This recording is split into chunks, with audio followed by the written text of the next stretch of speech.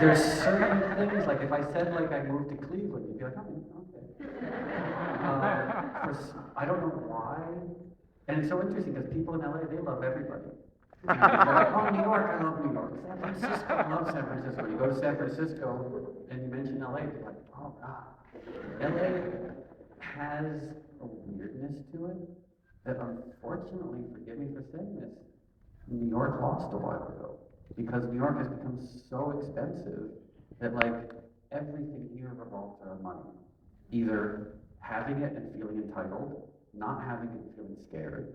And it just, the culture of money in New York has created like a desperation and a bitterness that I find kind of off-putting, to be honest with you. Like there's just people, everybody's so desperately pursuing money and talking about money and all the, you pick up New York Magazine, it's all articles about rich people doing weird things that rich people do. And we can't escape that, but LA doesn't have Wall Street. And that's kind of refreshing, you know. So you found a place where they're keeping it real. I don't know. Yeah.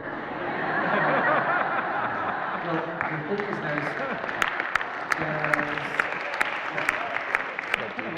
there's West LA, which is Beverly Hills and Brentwood, and that's where the cliches exist. I live in East LA, and it's like it's run down, it's hand-painted signs. One-bedroom apartments are $600 or $700 a month, and there's just like a relaxed quality to it, and it's weird. Like it's the same thing. Like when I used to go to Times Square in the '70s, it was weird.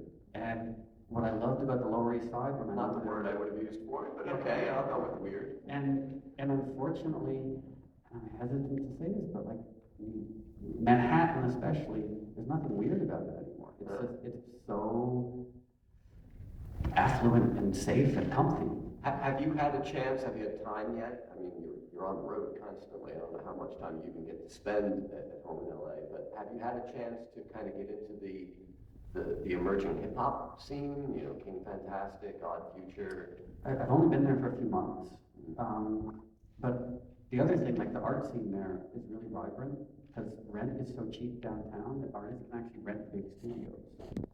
So they, I mean, this is the age-old story of artists and musicians. Is you go where the rents are cheap, which is why Berlin is just like.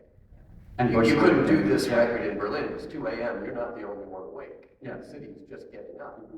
And I still love New York. I'm not trying to malign New York. I was born here. I was born on 148th Street. This will always be my home.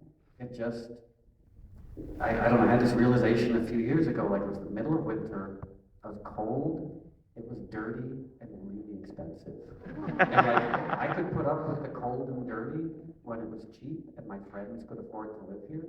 But I was like, it's cold and dirty, and my neighbors are all hedge fund managers. Why am I here?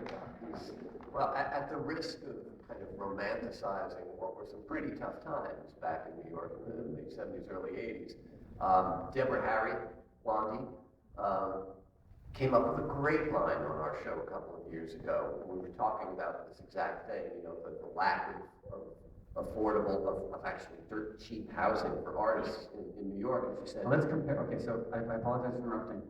What was your first apartment? How much was it? My first apartment, well, I wasn't in Manhattan.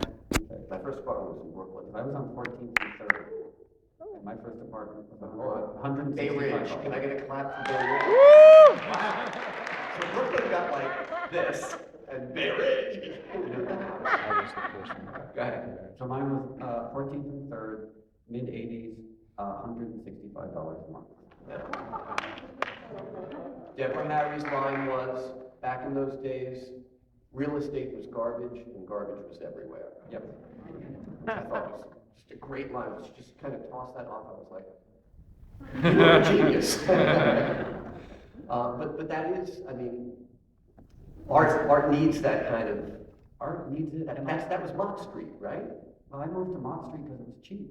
I mean, when I first moved to Mott Street, I had a 1,000 square foot loft and it was $600 a month. Granted, I didn't have running water or a bathroom, but I had 1,000 square feet, and I moved in, and I moved my equipment in, and I talked to the owners of the building, and I said, oh, I'm a little worried because I have this equipment, do I need to put bars on my window? And I love this, they were like, you don't have to worry about crime. I was like, well, what do you mean? There's like drug dealers, there's like, not on this block. This block is protected. And that's when I started my involvement with organized crime. Me and Frank